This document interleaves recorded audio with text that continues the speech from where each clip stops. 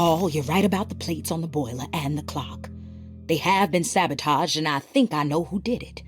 They have something to do with Jeremy's episodes and how he seems to disappear at night. Right now, it's important that you keep an eye out for any of the pieces. I want to find out if I can repair the plates. Let me know if you find any of them. Lottie. Tell Lottie to take a look at the well in the kitchen garden.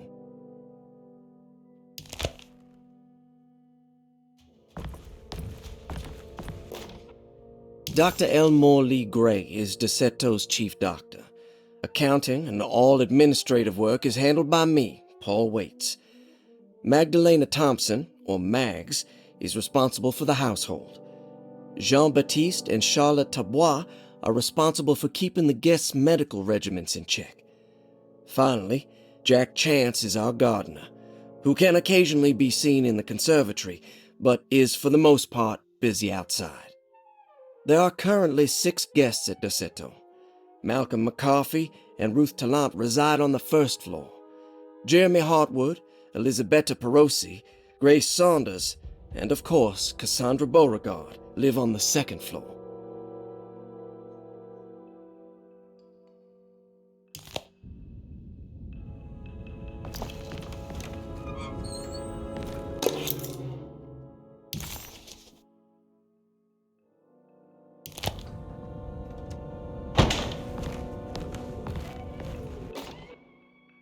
Saw your notice in the boiler room.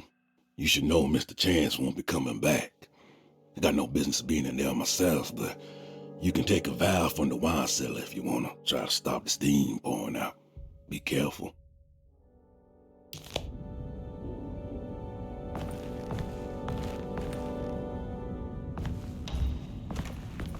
I need the key.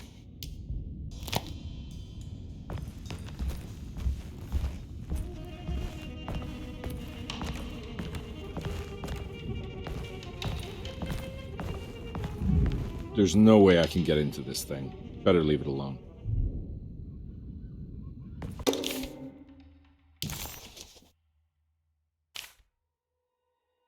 Cassandra Beauregard, the beloved author.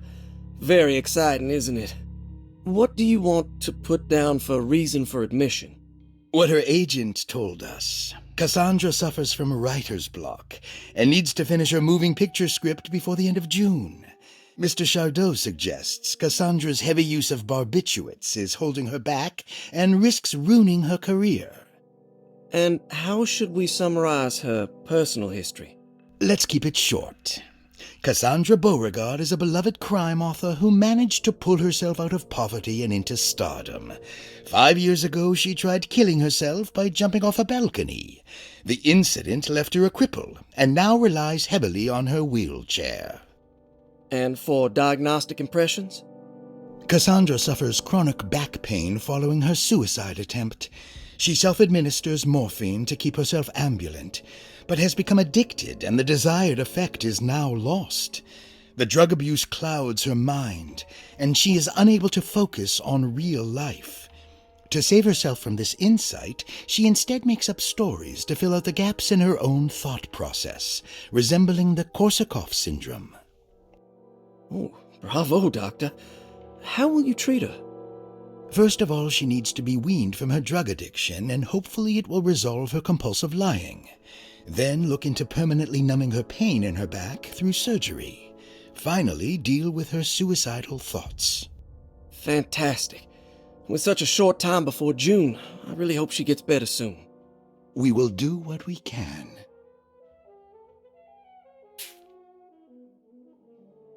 Grace Saunders, 11 years old. Reason for admission? The mother insists on strict supervision by a proper gentleman to avoid further perversion of Grace's adolescence. Personal history? Grace's family possesses modest wealth and status. Her childhood seems ordinary, spending most of her time with private teachers and family friends. Grace's father recently passed away, leaving her mother the sole caregiver. And diagnostic impressions? Grace has trouble dealing with her father's death. She is willingly suppressing her feelings on the matter and isn't properly acknowledging the trauma she suffered.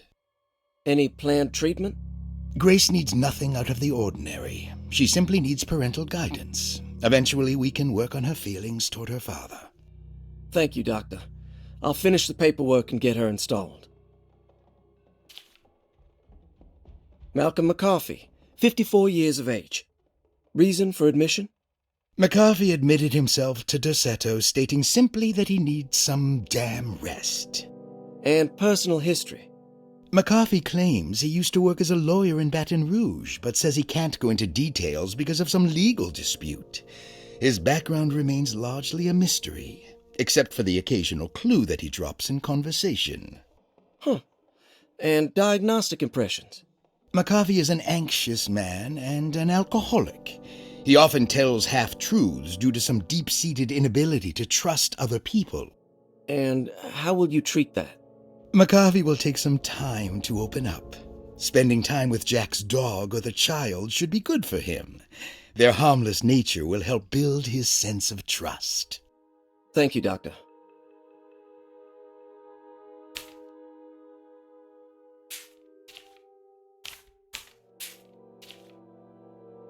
Elisabetta Perosi, 33 years old?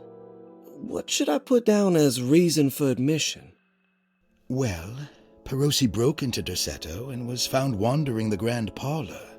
She was confused and suffered partial amnesia. She insisted she belonged here and offered to pay for her stay. Right. What do you make of her story? Perosi claims to have been a member of the Astarte artist colony some 20 years ago, a claim that seems contrafactual due to her young age. She looks to be and even thinks she is 33 years of age. That would make her a child at the time.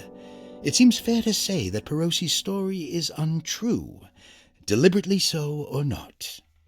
Diagnostic impressions? Do you have anything? Perosi's story is peculiar, because she retracted her story about the artist colony. She no longer claims to be the same person as Elisabetta Perosi. However, my staff's research has confirmed there was a Perosi at that time who was in her early 30s. I suppose this case will take some time to investigate. How will you go about it? I wanted to contact the real Perosi, but it seems the whole colony disappeared one night, September 29th, 1915, during a hurricane. I will have to take it slow and figure out what this spell of impersonation could have been. Oh, I'm sure it will all clear up eventually. Thank you, Doctor. Ruth Talon, 29 years of age. Reason for admission? Ruth's father wishes that his daughter be removed from New Orleans nightlife for the foreseeable future.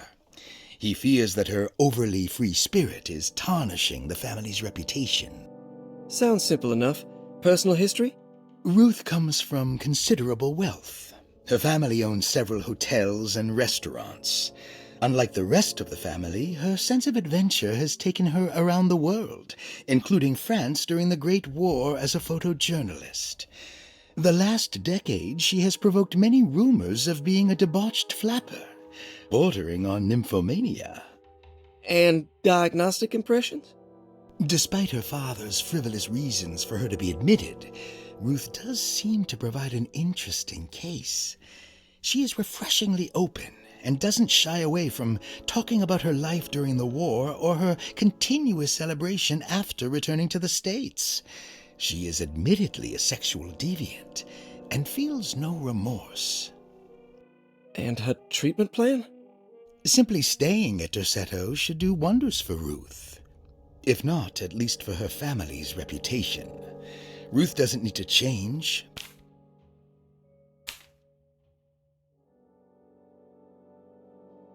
Ruth Talon, 29 years of age.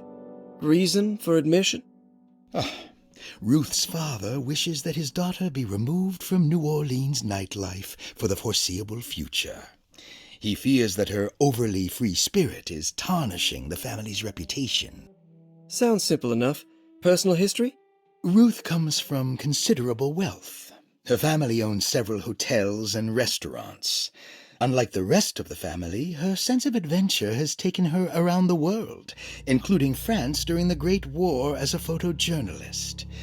The last decade, she has provoked many rumors of being a debauched flapper, bordering on nymphomania. And diagnostic impressions? Despite her father's frivolous reasons for her to be admitted, Ruth does seem to provide an interesting case. She is refreshingly open and doesn't shy away from talking about her life during the war or her continuous celebration after returning to the States. She is admittedly a sexual deviant and feels no remorse. And her treatment plan? Simply staying at Derceto should do wonders for Ruth. If not, at least for her family's reputation. Ruth doesn't need to change, but with therapy I might be able to share with her some sympathy towards her family. I doubt she will settle down and become as dull as the rest of them, but at least she might try to be more discreet in the future.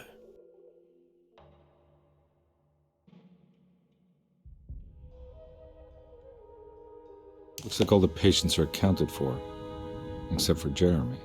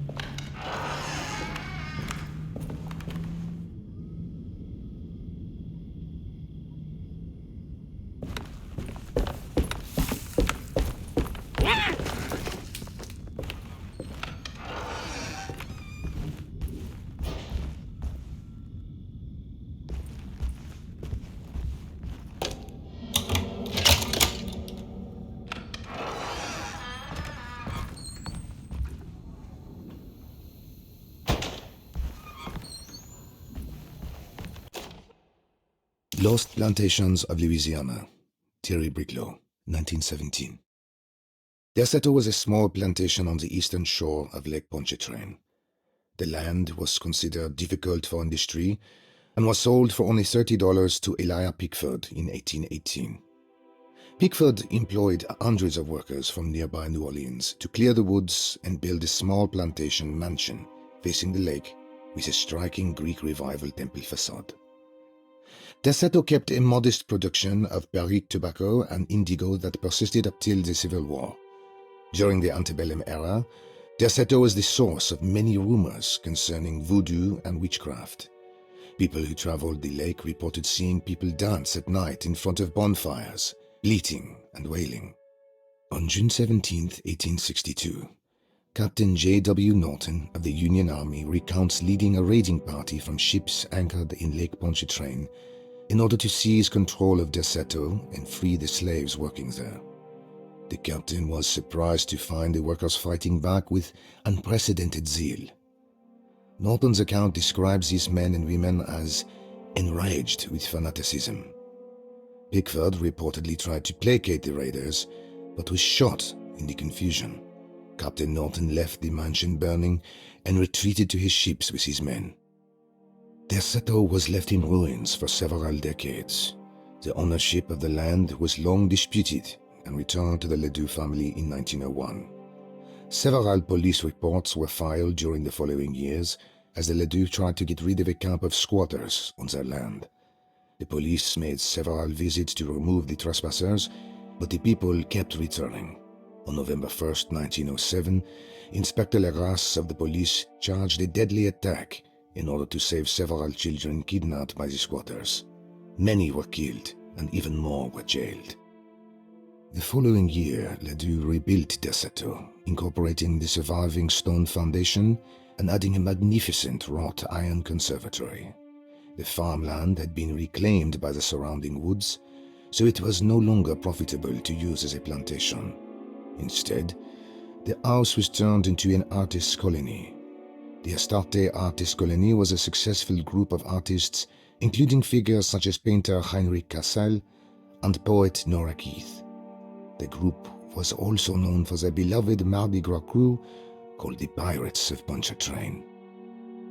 On September 29, 1915, a tropical hurricane tore through Louisiana, causing Lake Pontchartrain to flood New Orleans. Due to the remote location of Derceto, it took almost 2 weeks for outsiders to learn that the artists' colony was abandoned.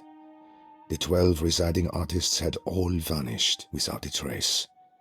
The empty mansion of Derceto still stands on the shore of Lake Pontchartrain, with much of its temple facade intact. The Ledoux family currently has no intention of repairing the house.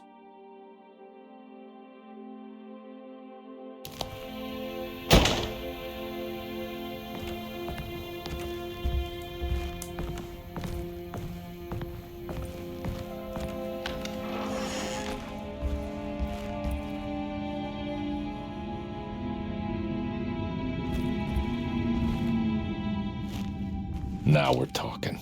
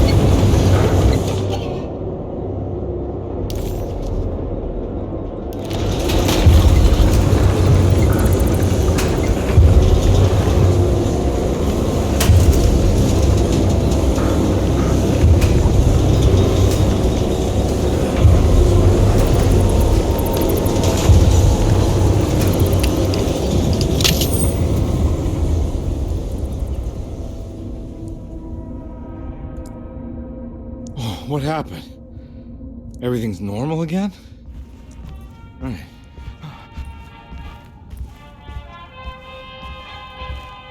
It's wedged shut.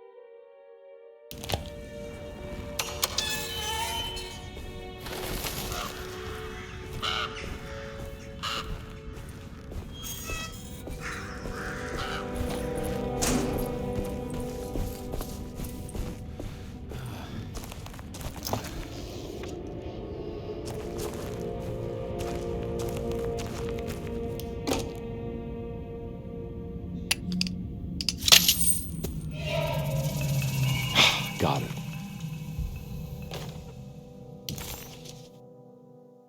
Okay.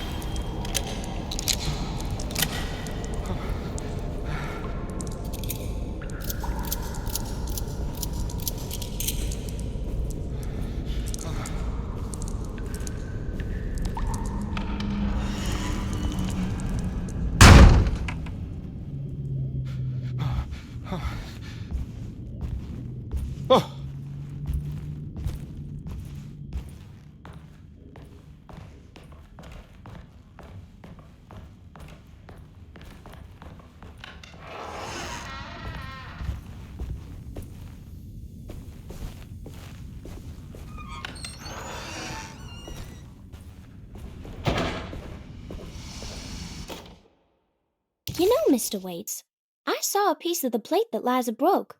I think she's been hiding them.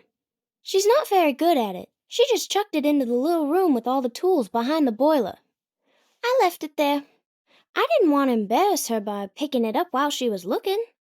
We went upstairs instead and played backgammon. I let her win, because she's so unhappy. The piece looked like the one on display in Cassandra's room.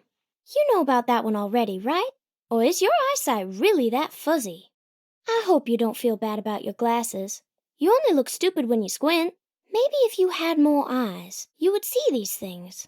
I wish you had all the eyes you needed. Your best and favorite guest, Grace.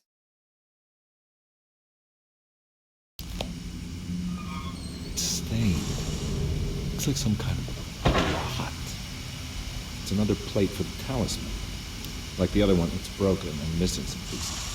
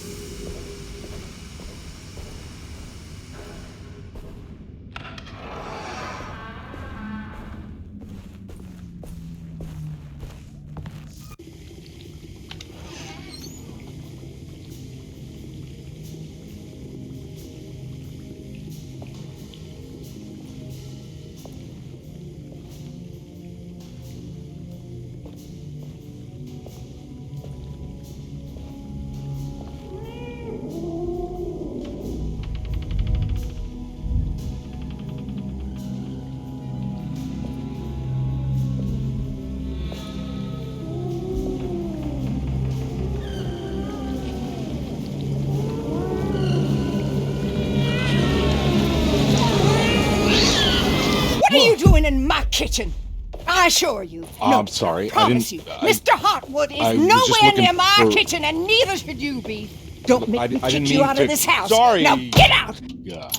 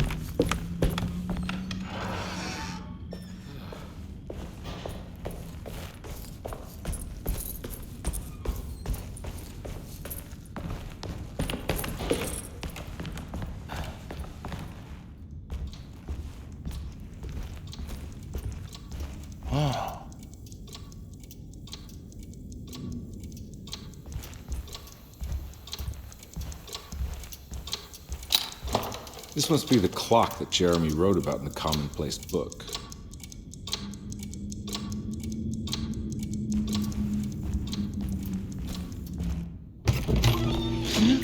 Yeah, sorry, Detective. Didn't mean to obstruct justice or anything. That's fine. You know, I'm kind of busy with my own case of a missing person. I was wondering if you've seen Grace, a girl about yay high. I can't say that I have. Why are you asking? Well, I'm looking for her. Is she in trouble? No. She's just hiding somewhere. But we can't have a rascal like that running around unchecked at a time like this, you understand? Well, I haven't seen her. Well, let me know if you find her. I'll be around. I'll keep an eye out for your man, Jeremy. You scratch my back, Detective, and I'll scratch yours.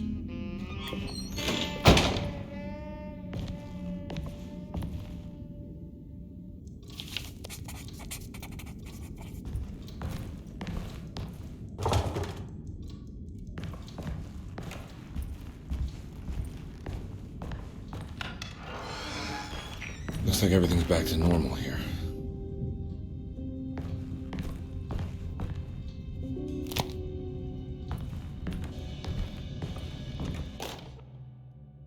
Emily's here.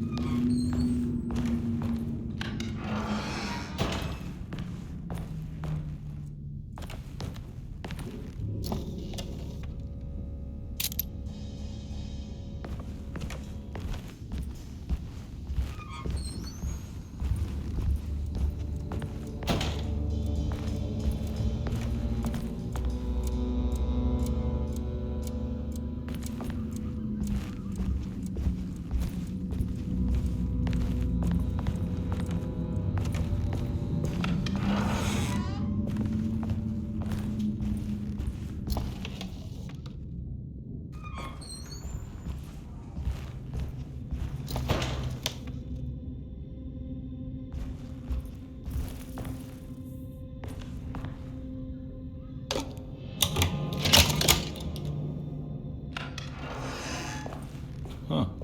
How eccentric.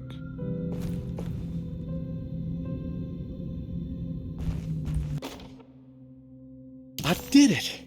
I crossed the thresholds to my intended destination without a focusing device. My talisman now knows these roads, and I have no need for the plates. I can find my way to Lafayette as easy as I find my own room. I visited the grave of my father and seen the oven waiting for me. Thank you for opening these doors.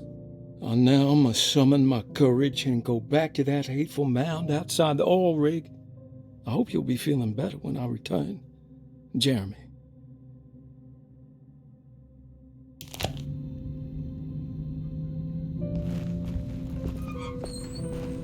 What are these symbols? Looks like alchemy or star constellations.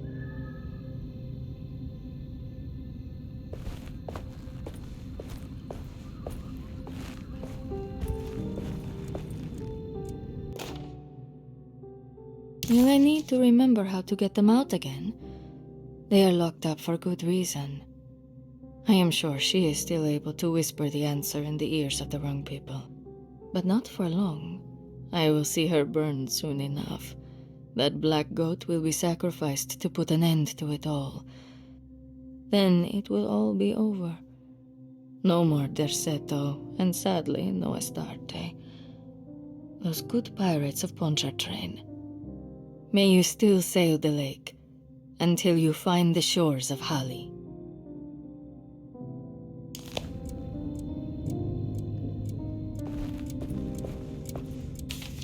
The Astarte Artist Colony.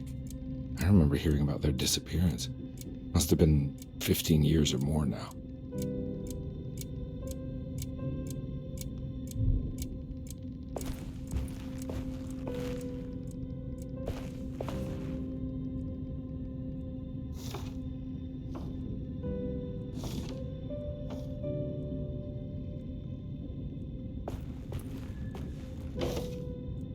These paintings got some grim-looking rot on them.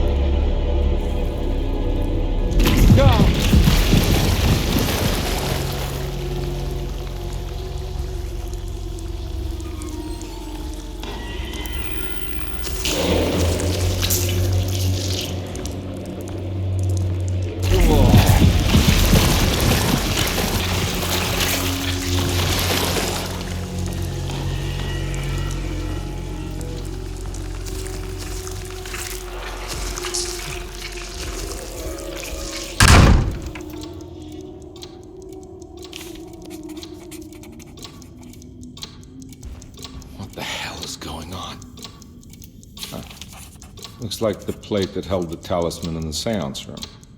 But it's broken and missing some pieces. I think I've seen this somewhere.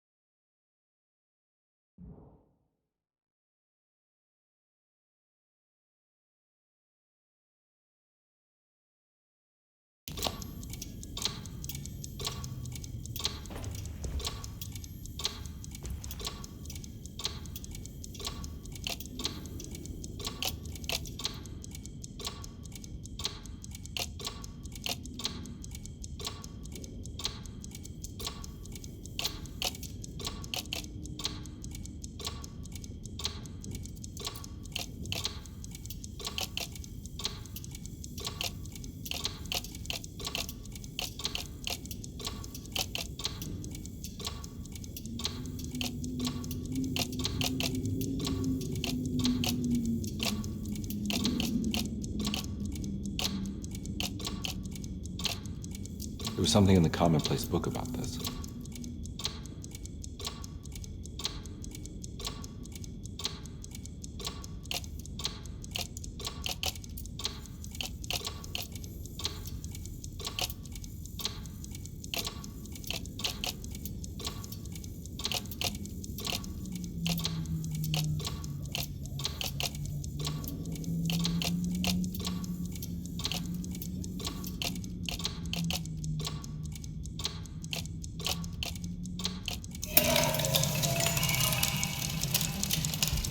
I think the clock broke. Or maybe it just stopped at a very precise place.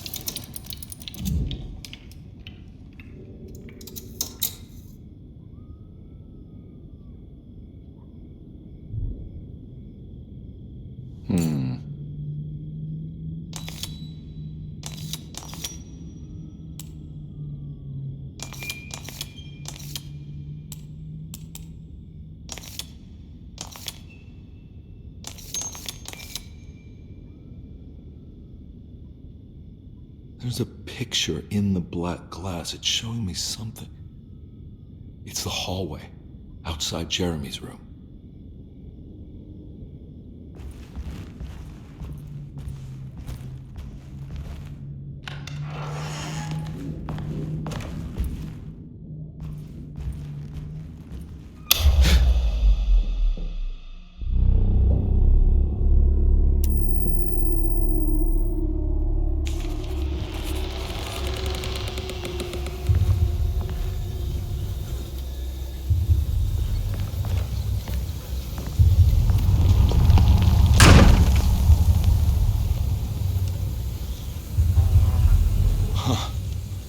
I made it. I entered another one of Jeremy's memories.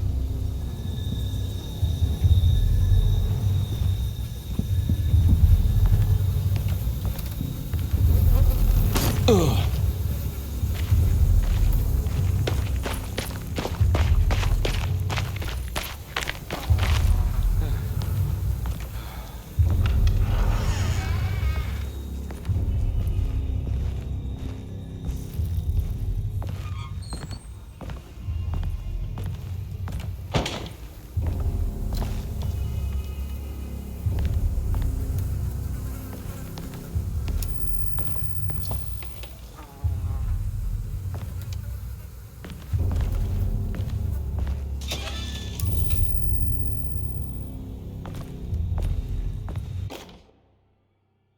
May 1923. Monday. All okay. Ready for delivery. Maintenance. Oil pump must be serviced. Any tampering causes large spills unless properly forestalled. Tuesday. Shipment delayed but delivered. Maintenance. Service bridge close to broken. Wednesday. Prospectors reluctantly agreed to show the burial mound to Mr. Hartwood, a painter. who read about our finds in the papers. He means to return tomorrow and try to find a way inside. Thursday. Mr. Hartwood's efforts delayed. The workers seemed nervous about his presence. Hartwood promised not to return to the compound. Instead, he has taken up an offer by L'Officier, the riverboat captain, who means to pilot him to the site tomorrow morning. Hopefully that's the end. Work can resume. Maintenance. The bridge from the oil tower to the bayou has collapsed. Sabotage suspected. This is the devil that guides us now. Huh.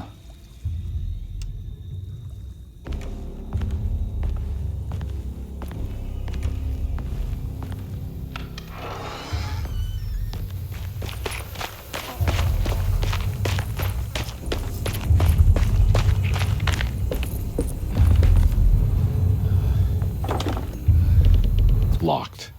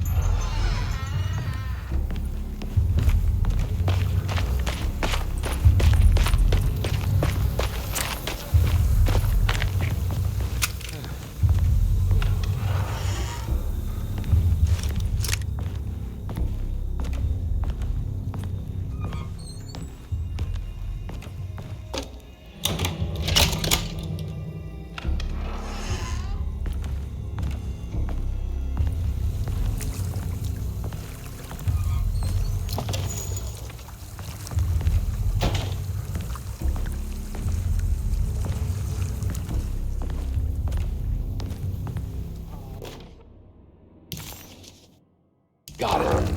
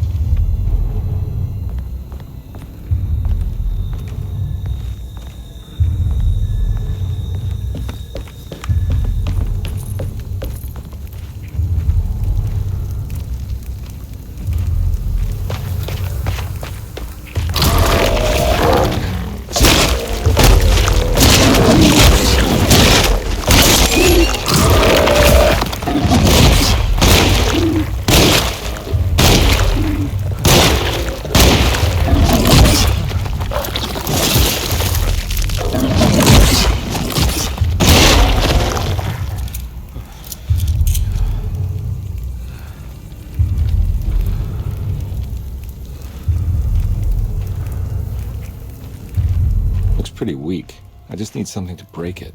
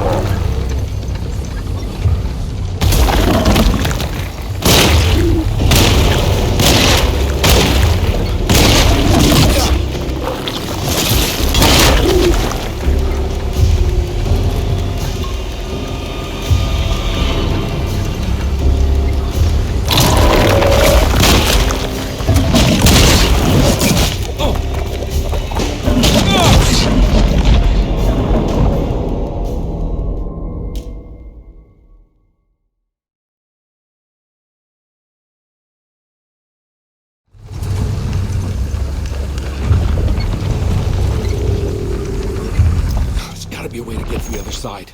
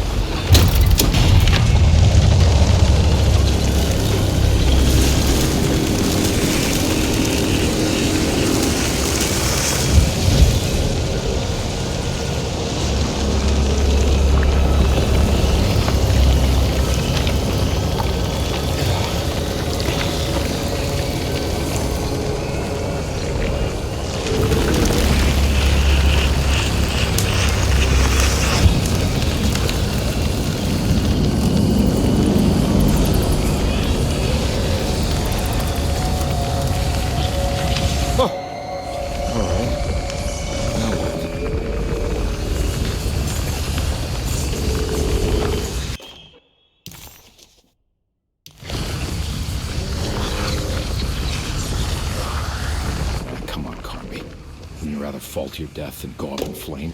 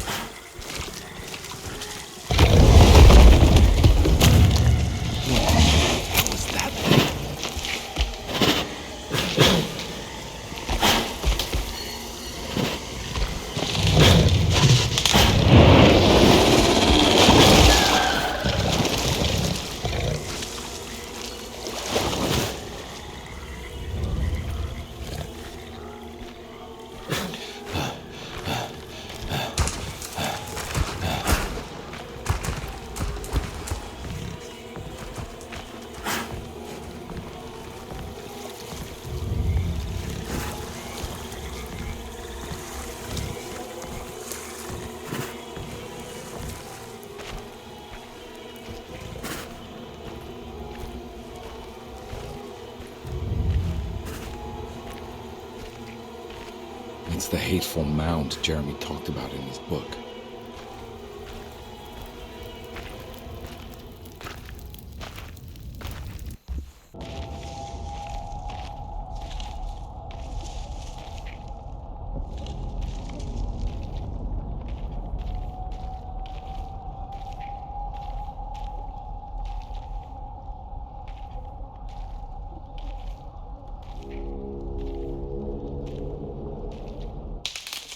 Don't come any closer. I'm armed. Get that thing out of my face. Who are you? What are you doing here? I'm just a detective trying to find something called Tarawea. You're after Jeremy too? Why? I'm working for his niece. She wants to make sure he's alright. He might be unharmed, but far from alright. He's a curse upon Derceto. Here we go again. Quiet.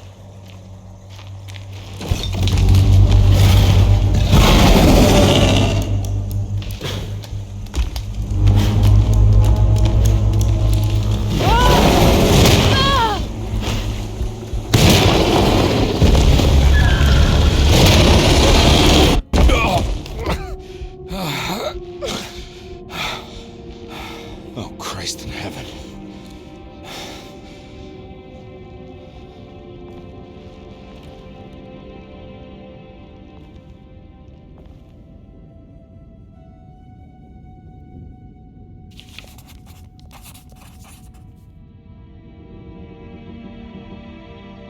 It was a bust. The oil rig and the hateful mound led him nowhere closer to finding Jeremy. Carnby was sure he had struck gold when he found Jeremy's bag, but it was just a trap set by Lottie, another of Derceto's orderlies. Things got out of hand real quick, but somehow Carnby managed to find his way back to Derceto none the wiser. At least it was one item off his list.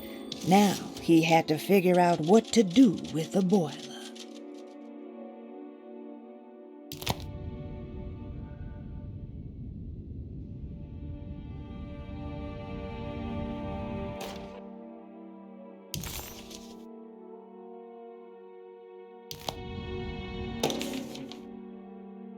Reflections on the Power of the Verb in Certain Texts by Juan Luis Jorge. To act is in itself divine. Even the slightest movement of our hand is evidence of our soul in motion. Yet our free will is so easily overwhelmed by the dullness of everyday life. Our actions become rote and rigid, in spite of luxury and comfort. True divinity is found in the choice of leaving the stage where we all perform. People who discover this freedom unexpectedly will be struck by the terror of this revelation and become paralyzed, or worse, turn to suicide. However, if you are able to weather that storm, you will discover that there is a divine path beyond that fear. There is a chance to dismount your destiny and make something new. Something that hasn't been planned for or predestined. There is difficulty in explaining this type of acting as it transcends our everyday choices. This isn't some banal decision choosing one career over the other, or even who I should marry. Leaving the stage, no matter how, isn't a matter of course correction. It's a rejection of the story that the Creator is telling.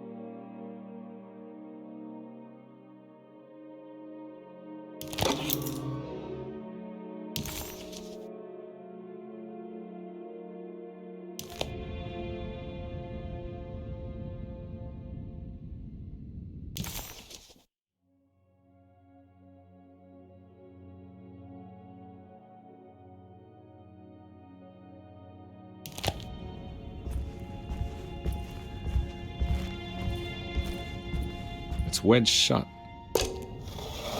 It worked.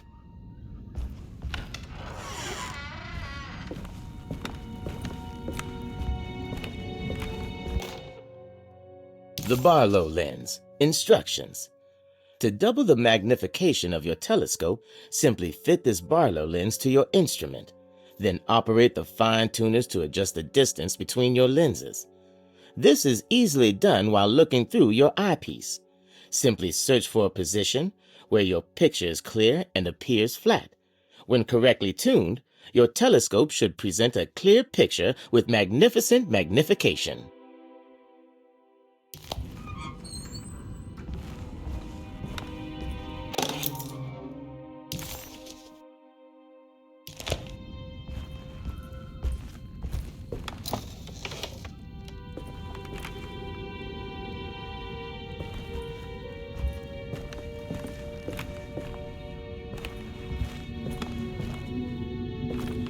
think I have everything I need.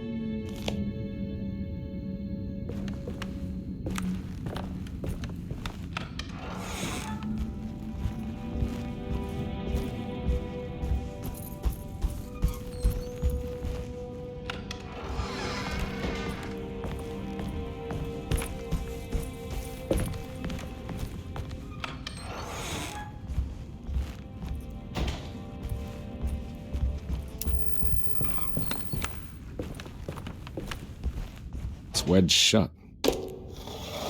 It worked.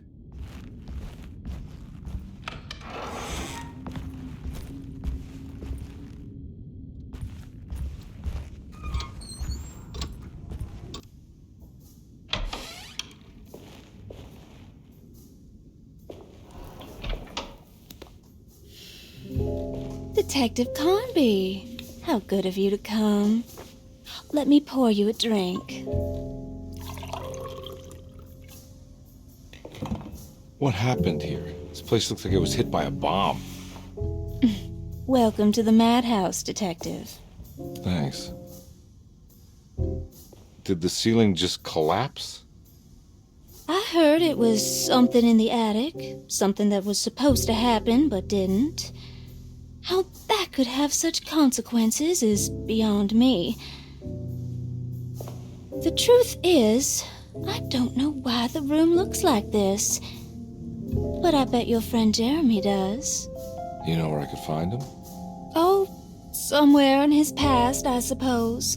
He keeps going on about that mysterious dark man. I think he is hiding from him.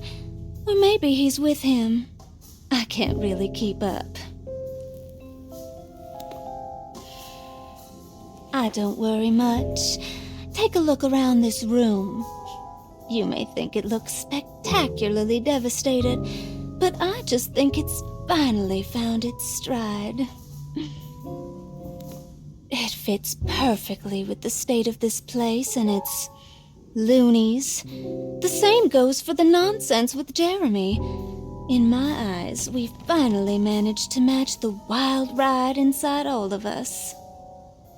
Well, I'm happy you find the evening so harmonious. I hope you don't mind me setting things right. Jeremy's business, that is. This room looks beyond my capabilities. Good luck, Detective. Hope to see you again soon. Yeah. Evening, miss.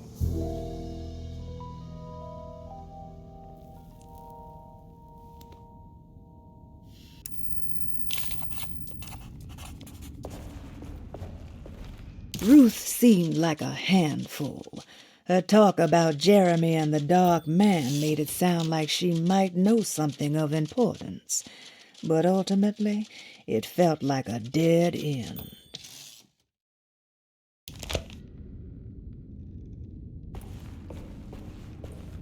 Can I get some more of that whiskey? Go ahead, Detective. I don't think I can stomach any more anyway.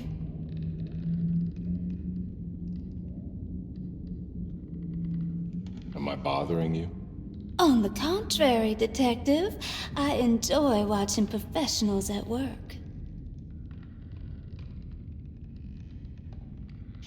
Well, I better get going. Bye now, Detective.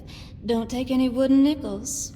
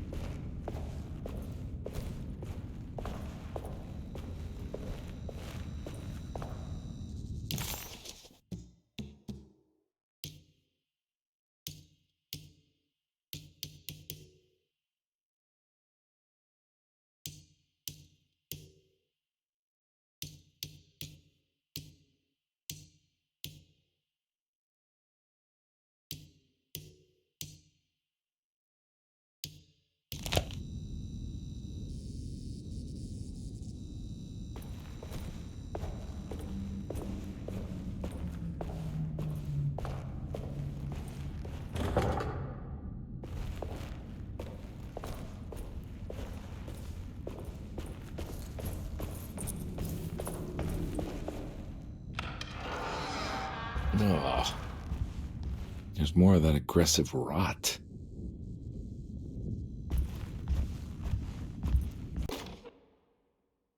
On the commonplace of evil, there lies virtue and stark irreverence, careless thoughts of luminous indifference. But blame not the beast we once were, which science so often wished to refer. Not the wicked full of sin, it is you who stand and grin. All our good intentions aside, whereupon we build our pride. Sunless solitude, follow not this corrupting light. Prophets of confidence always crashes out of sight. Hear me, for we all bear this mark. Thus we must remain alone in the dark.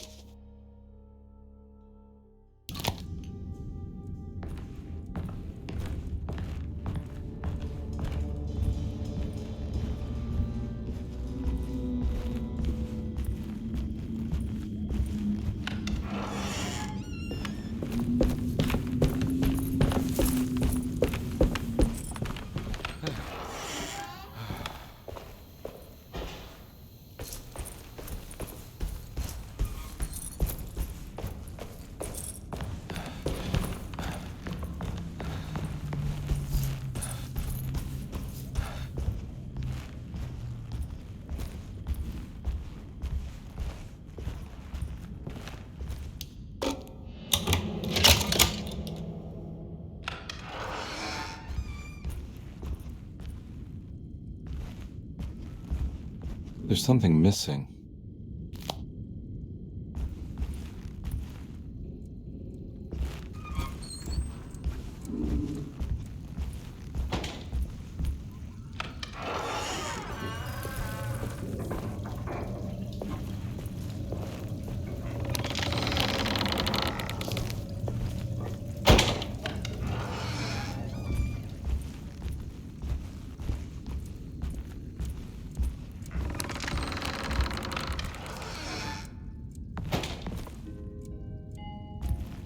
This must be that kid's room.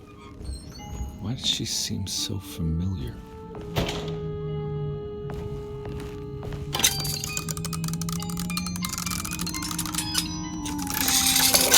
Huh.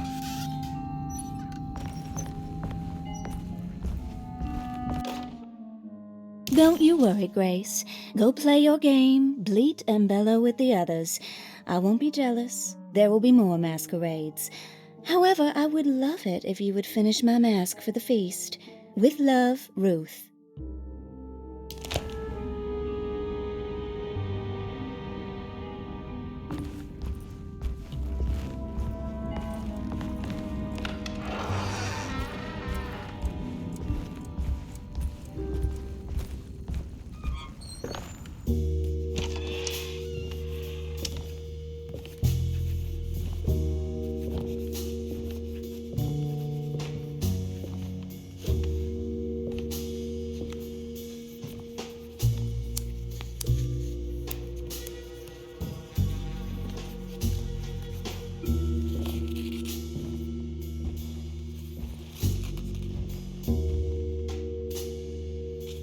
What you got there? You drawing something? Nothing special. I'm just bored. Do I know you from somewhere? I remember you, Mr. Carnby. From where? Don't touch that. Cassandra wouldn't like it. She wouldn't like it at all. Do you know where she is? I'd rather not talk about it. It makes me upset. Besides, she'll be back after the Feast of St. John. You think? Yup. It's all on the page, Mr. Carnby. And many of them that sleep in the dust of the earth shall awake, some to everlasting life, and some to shame and everlasting contempt. All right. I'm gonna go now, if that's okay. I don't like to stay too long in the same place. Mr. McCoffey might find me. Hey. Is he mean to you? Not everyone needs to be saved, Mr. Carnby. You should know that by now.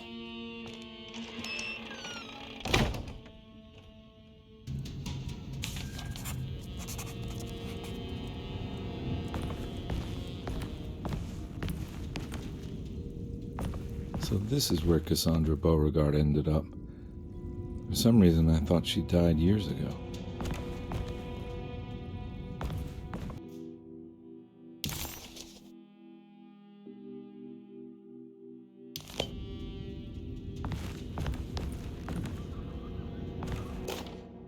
Miss Beauregard, I picked up your medicine at the post office today. As you understand, it needs to be administered by the orderlies for your safety. I've put the box in Lottie's room for now, and I'm sure she will find you as soon as possible. Mr. Waits.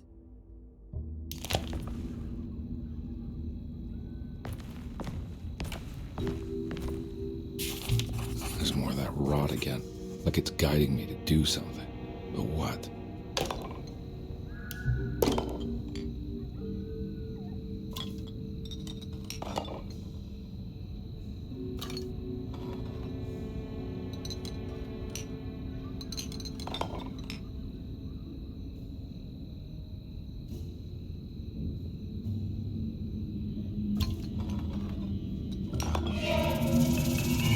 The rot made the shape of a snake. There must be something important to find here. Maybe it has something to do with the numbers on the labels.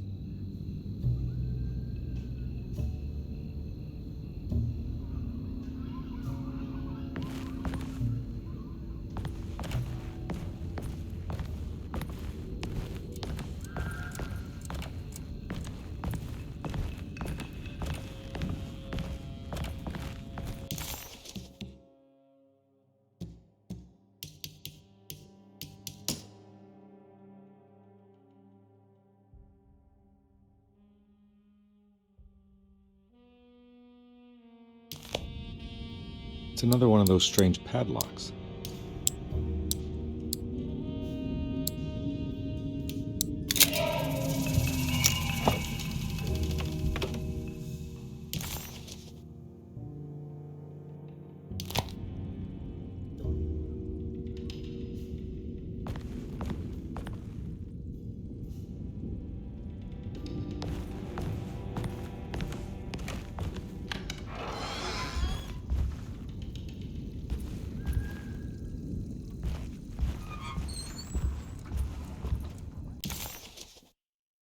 The medicine bottles had stains of rot on the labels, suggesting some greater shape. They just needed to be put in the right order. But for what purpose?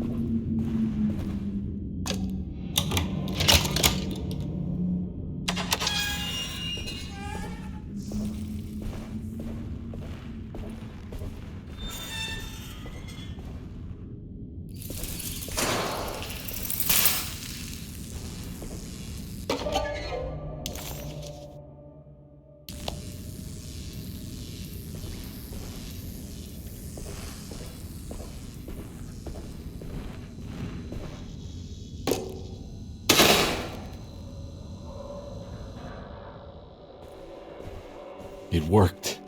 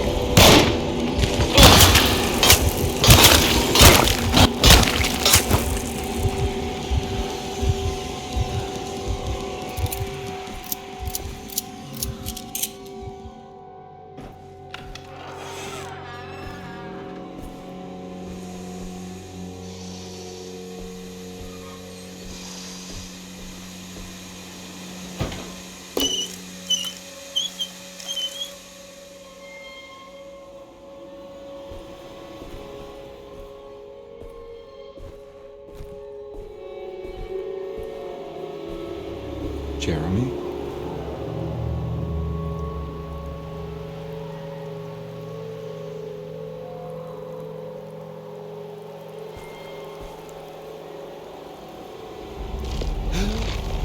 What the hell is going on?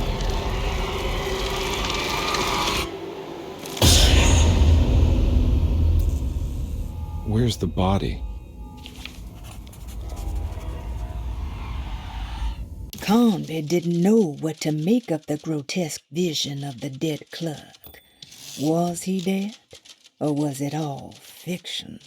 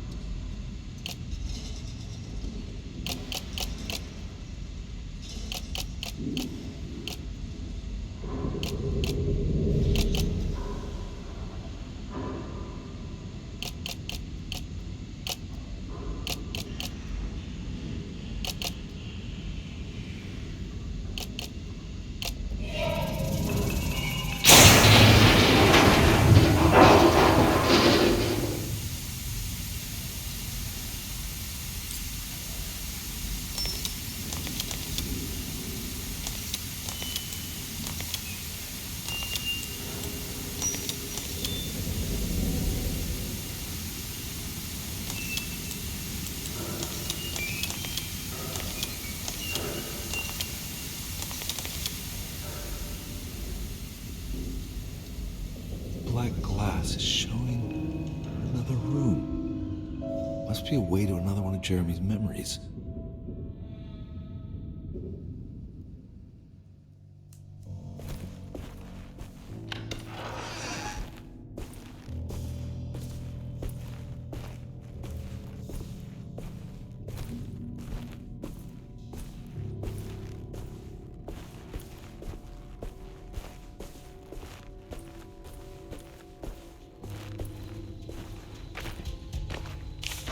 knew it. I knew it would work.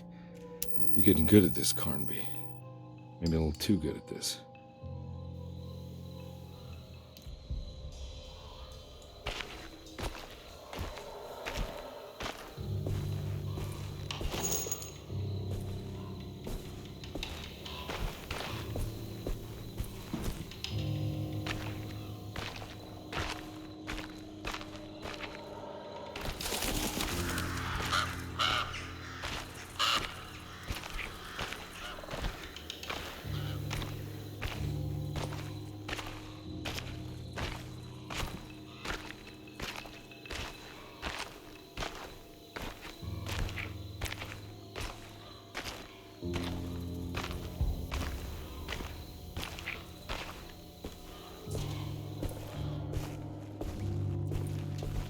The Hartwood's family crypt.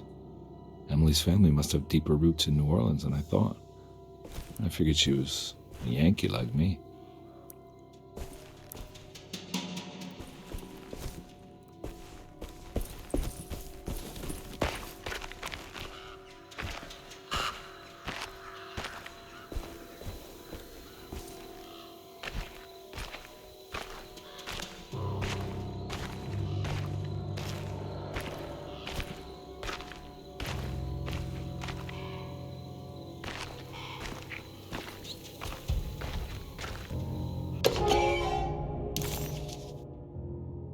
What's this?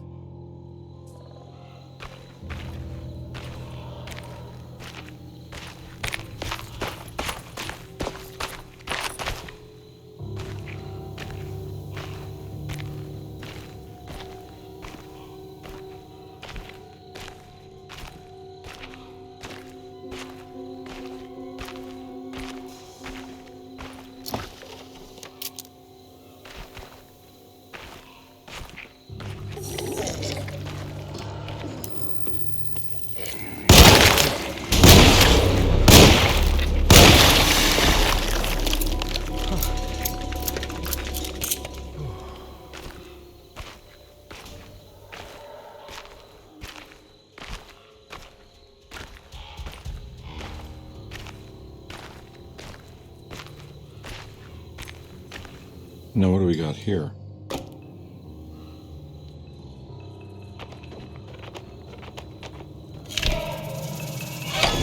Got it.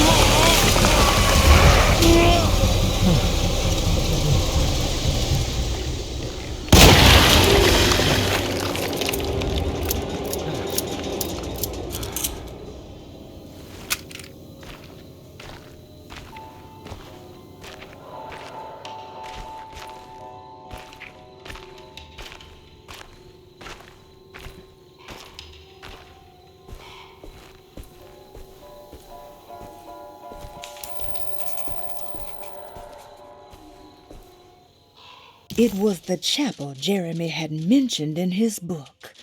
With a bit of luck, soon Carnby would be able to catch up with the old man. He just needed to find a way inside the chapel.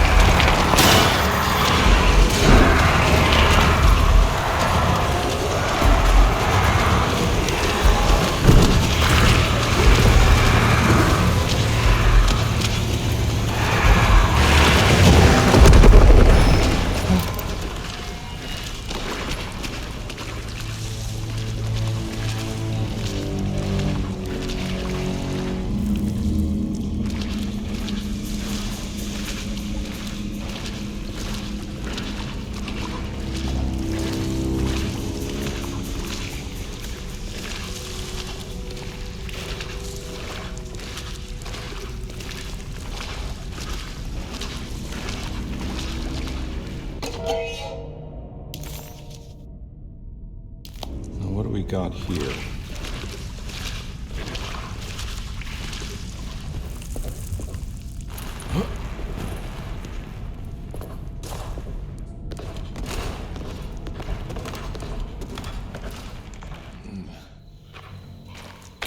Thank God that's over.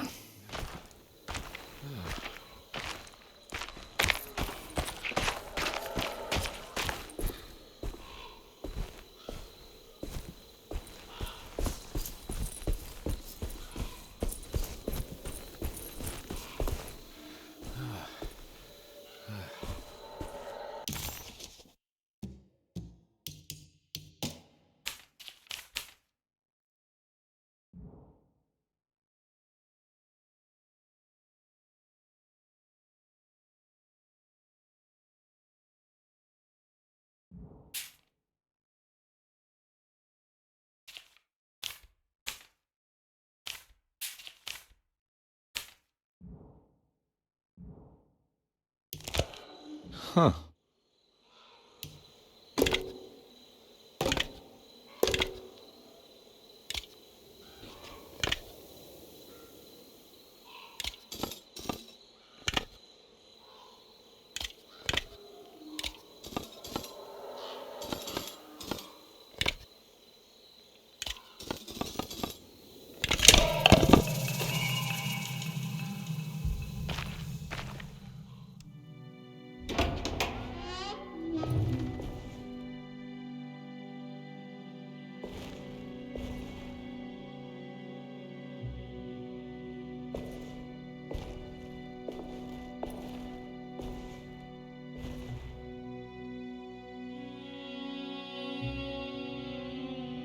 Please don't touch her.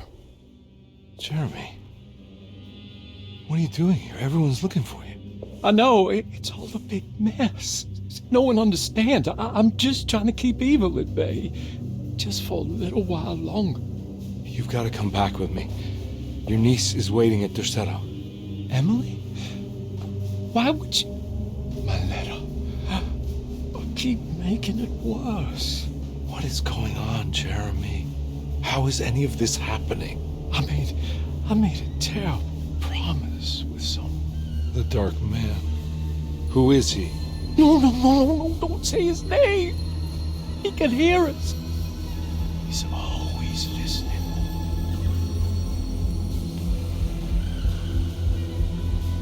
Jeremy, I need to understand what is going on. I promised him everything. When the sun rises, I will be chained in his sunken desert temple for an eternity. But at least the evil about to awaken in Derceto won't harm anyone outside of that cursed place. You're acting crazy, Jeremy. I want to help. There's nothing you can do. And what's all the business about Teruea? Why did you want to go there? Well, I can't go there. I'm not allowed. But you wanted to. Can I go? Tell me, will it help me to break your pact? Is there something there that would help? Why would you give me hope? That's so cruel. Okay, sounds like we're onto something here. What should I... Look out! Behind you! Run! Don't let him take you!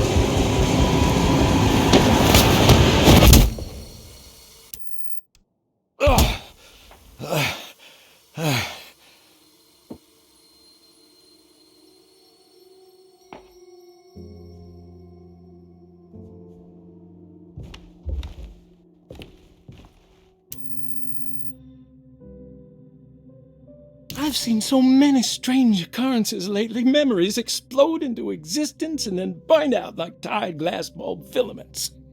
Dreamscapes crash down from the stars and sink into the sea. Doors that lead to nowhere and absolutely everywhere at once.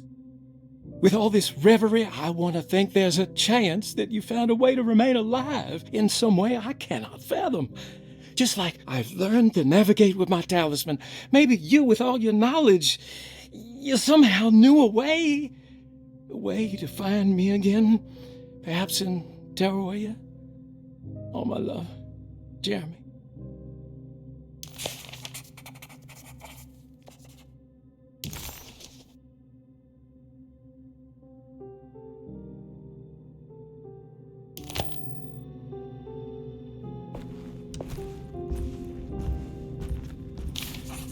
dead. No matter how she died, she looks peaceful now.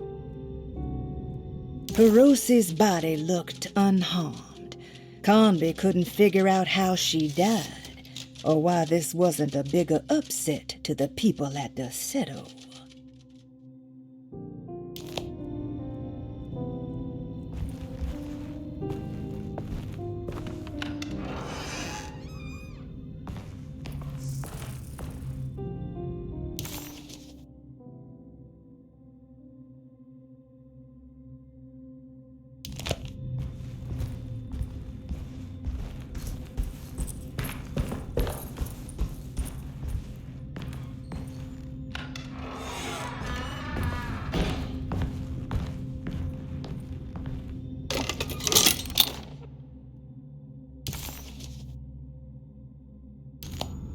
A telescope lens. Why would he lock that up?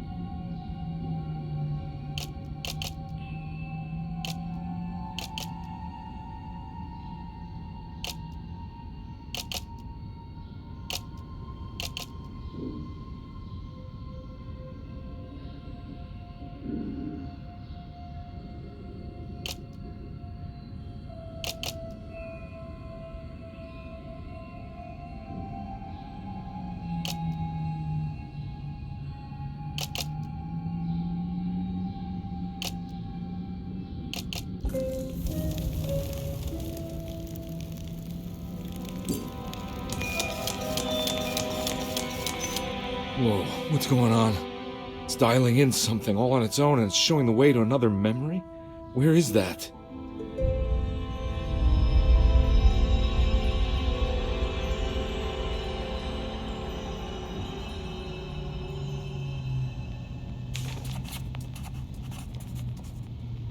Another world seeping into Derceto. Was this a taste of that mysterious Terrawea?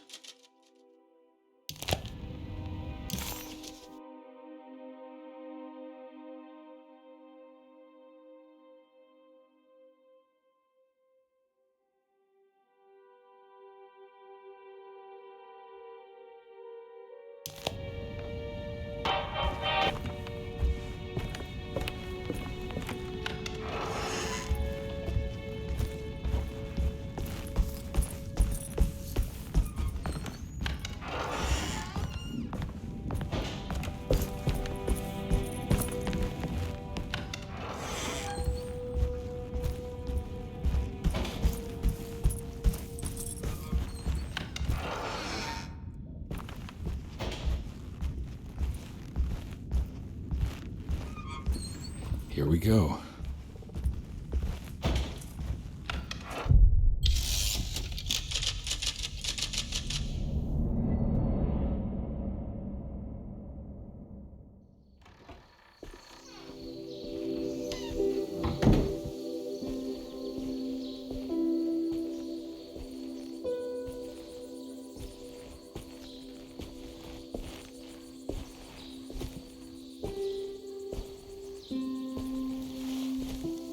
I'm glad to see you made it. I had my doubts, but the hope you instilled has yet abandoned me. I guess this must be Terrawea. Who are you? My name is Juan Luis Jorge, and this is indeed the convent of Terrawea. You'll have to excuse me, but Yermi never got your name. The name's Edward Carnby. I'm a private investigator. You're not a patient, are you? No. I'm the author of a book that Yermi once found important. How does that work? Are you part of this memory as well? Is this even a memory? I think calling me a manifestation of Yermi's subconscious would be more correct. And so is the convent of Terrawea. I'm a man Yermi has never met, and we are in a place that he has never been. Okay. So are you here to guide me or something? I have no more purpose than you do. I simply am. I will happily help you, of course, if I'm able. If you are already somehow part of Jeremy, why did he want to come here? Isn't he sort of here already? Yermi wanted to come here because it's a representation of his mind at peace. When Dr. Gray asks him to find his focus during his sessions, this far-flung convent is what Yermi imagines. He is under the impression that if he could physically come here, he would reach a perfect equanimity, a spiritual apotheosis. You don't think it would work? Yermi subconsciously knows it's just wishful thinking. He can't come here. Despite the pathways opened by the dark man between Derceto and Yermi's psyche, it's simply not possible. But I'm here. Indeed. It's a shame it's just another place for you, Detective. Otherwise, you could have become a Buddha. Always a bridesmaid, never a blushing bride. Am I right? Yes, I suppose so. You'll have to chase enlightenment elsewhere. So what's the next best thing? What can I do here? You should seek out the convent library and try to find the truth about Yermi's relationship with the Dark Man. It's the sort of knowledge he represses and is unable to reflect on. Will it tell me how to break the pact? Perhaps. At least you'll have something to confront Yermi with. Wait, why can't you just tell me? I don't know such things. You'd be better off consulting the texts of Dr. Freud if you want such answers. No thanks, I hate shrinks. There is another thing you should know about the library. He is here as well. The Dark Man has been working his way through the texts for a long time. He's here? How am I supposed to get past him? Be careful, Detective. Oh, jeez, just perfect.